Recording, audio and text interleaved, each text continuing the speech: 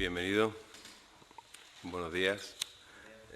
Está con nosotros la Federación Española de Sindicatos Independientes de Enseñanza, FSIE. Don Rafael Martínez Fernández, secretario general de la Federación, y don Luis Julián Camacho Campos, secretario de Acción Sindical y Finanzas de dicha federación. Pues muchísimas gracias, como lo he dicho. La intervención tiene un tiempo de 10 minutos y después le recogemos toda la información que usted quiera, nos lo pueda proporcionar porque nos viene genial para nuestro trabajo. Le doy la palabra. Muchas gracias. Muchísimas gracias. La documentación la aportamos ayer a los servicios. Vale. Le mandamos tanto la intervención como un par de documentos al que hacemos referencia. De todas maneras, estamos a vuestra disposición para cualquier otra documentación o aclaración que estimen oportuna. Comparecemos ante ustedes en nombre de la Federación de Sindicatos Independientes de Enseñanza de Andalucía. FSIE Andalucía, para quien no nos conozca, es una organización sindical que desde hace más de 40 años defiende con independencia, rigor y compromiso la dignidad laboral y profesional de quienes educan y atienden a personas con discapacidad.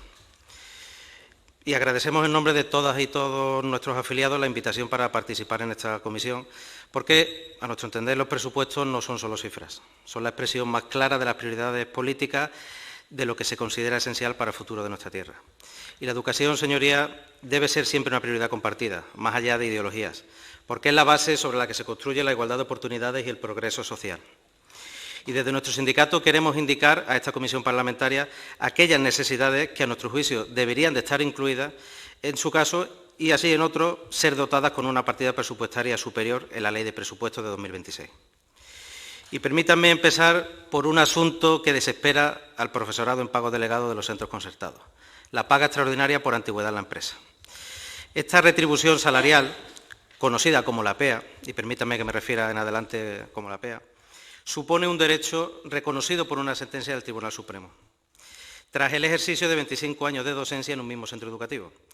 Esta sentencia sostiene que su abono estará condicionado a la existencia de disponibilidad presupuestaria en la comunidad, pero permite que la Administración autonómica negocie con las organizaciones de la mesa de concertada un posible calendario de pago, tal y como se ha hecho en anteriores convenios colectivos.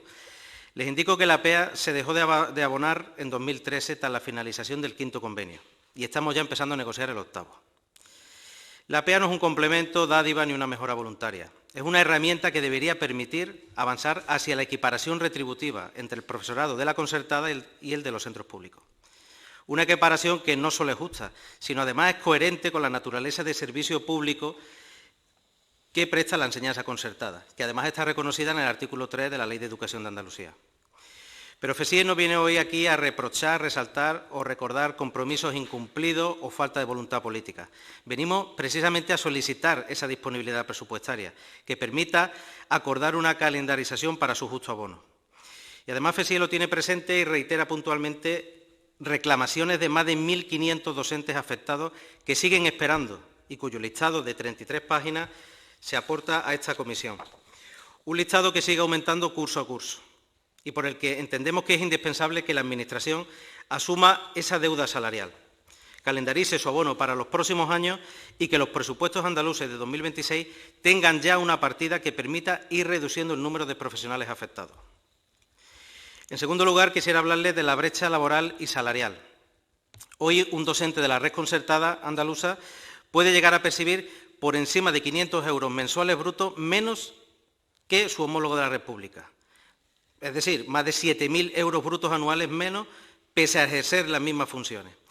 Y les aclaro por qué se produce esta discriminación.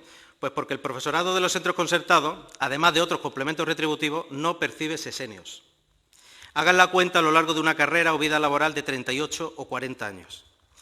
Además, nuestros compañeros y compañeras que imparten en niveles posobligatorios, como el bachillerato y la formación profesional no concertado, dentro de un centro concertado, perciben unas retribuciones inferiores a las de sus compañeros que sí imparten en niveles concertados. Por eso, desde FSIE llevamos años solicitando la concertación de unidades de bachillerato y de formación profesional que ya estén en funcionamiento. Señorías, no solo existe esta brecha salarial, también existe una importante brecha laboral. En la pública hay 18 horas de carga lectiva en secundaria, frente a las 23 horas lectivas en un concertado, en el mejor de los casos. Y además en los centros públicos existe una reducción de 2 horas semanales de carga lectiva para mayores de 55, frente a ninguna hora en los centros concertados. Y esta situación de discriminación no termina en las aulas. También el papel del personal de Administración y Servicios, el más comúnmente conocido como el PAS, en los centros concertados, ese papel es igual de esencial que sus homólogos de los centros públicos. Por ello, llevamos años solicitando que se equiparen sus condiciones salariales y que se establezca un complemento autonómico justo y digno que permita a este personal desarrollar su labor con estabilidad y sin discriminación. En el proyecto de ley de presupuestos ya aparece la creación de un módulo autonómico de la partida de otros gastos. Y de ahí vamos a exigir que se dedique una parte para establecer ese complemento retributivo autonómico para el PAS. Por ello, mientras más elevado económicamente sea ese módulo autonómico de otros gastos, más alto será el complemento retributivo para los compañeros del PAS. En tercer lugar, quisiera hablar de la orientación educativa, ya que es una de las claves del éxito escolar y de la atención a la diversidad. Y así lo recogen los artículos 5 y 7 de la Ley de Educación de Andalucía, al definir la orientación educativa como un derecho del alumnado y como garantía de una respuesta educativa ajustada a las necesidades de éste. Pero en la práctica los centros concertados cuentan con menos horas, menos recursos y menos personal dedicado a esta función. En los centros concertados, la dotación horaria para orientación es de 1 sola hora por cada unidad de educación secundaria obligatoria. Piensen en un centro que tiene 2 líneas. Ese centro tiene solo 8 horas semanales de orientación para atender a esas 8 unidades de secundaria, pero también tiene que atender a 12 unidades de primaria y a 6 unidades de infantil de segundo ciclo. Pero si además el centro tiene 2 unidades de bachillerato concertado, súmenle 2 unidades más. El resultado, ya se lo digo, es demoledor. 8 horas de orientación semanal para atender a más de 700 alumnas y alumnos. Y hago un inciso. Uno de los comparecientes que ha actuado esta mañana, que ha intervenido esta mañana, hablaba del coordinador de bienestar. En los centros concertados no existe coordinador de bienestar y lo que tenemos son, como les digo, 1 hora de orientación por cada unidad de secundaria. Esta carencia dificulta la detección temprana de dificultades de aprendizaje, el seguimiento adecuado del desarrollo personal y académico del alumnado, el apoyo psicológico y educativo necesario, el asesoramiento en la toma de decisiones académicas y profesionales y la prevención del abandono escolar y el fracaso educativo. Reclamamos, por tanto, que en este presupuesto 2026 se contemple una dotación económica finalista que garantice el aumento de horas de orientación y su extensión al resto de niveles, incluido el bachillerato y la FP. Hemos traído también un documento con esta propuesta donde se justifica la imperiosa necesidad de llevarse a cabo porque sin orientación no hay equidad y sin equidad no hay una educación de calidad. Y concluyo con los centros, con lo que solicitamos que haya una subida del precio de la plaza del primer ciclo de educación infantil y en los centros de atención a personas con discapacidad. Los centros que imparten el primer ciclo de infantil atraviesan una situación económica límite. Subidas salariales, del precio de la energía, de los alimentos, del mantenimiento de los propios centros, se han incrementado muy por encima del coste de la plaza, que lleva sin actualizarse desde 2020. Cerca de un 25% de subida de los salarios en estos 5 años, más de un 23% de subida de IPC, desde septiembre de 2020 hasta hoy, sumado a la inacción de la Administración, pues están dando como resultado el cierre de centros y la pérdida de puestos de trabajo en un sector que cuenta con cerca de 15.000 profesionales, en su mayoría mujeres. En este curso 25-26, como bien saben, se ha iniciado la gratuidad de los 2 años en el primer ciclo, pero esta medida no está ayudando a paliar esta situación económica de los centros, por lo que es urgente actualizar el coste de la plaza para garantizar la sostenibilidad de los centros y reconocer el valor educativo y social de su trabajo. En cuanto a los centros de atención a personas con discapacidad, la situación no difiere excesivamente de los anteriores. Las subidas anuales del precio de la plaza desde 2020 alcanzan poco más del 18%, cuando las subidas del SMI y del IPC, como comentaba anteriormente, alcanzan conjuntamente un 48%. Estos centros de atención a personas con discapacidad realizan una labor de enorme valor social, garantizando una atención integral y terapéutica a miles de personas y familias. Sin embargo, la financiación vigente no cubre los costes reales del personal ni de la atención especializada, lo que está poniendo en riesgo la continuidad de algunos servicios. Señorías, en ambos sectores es indispensable actualizar el coste de la plaza.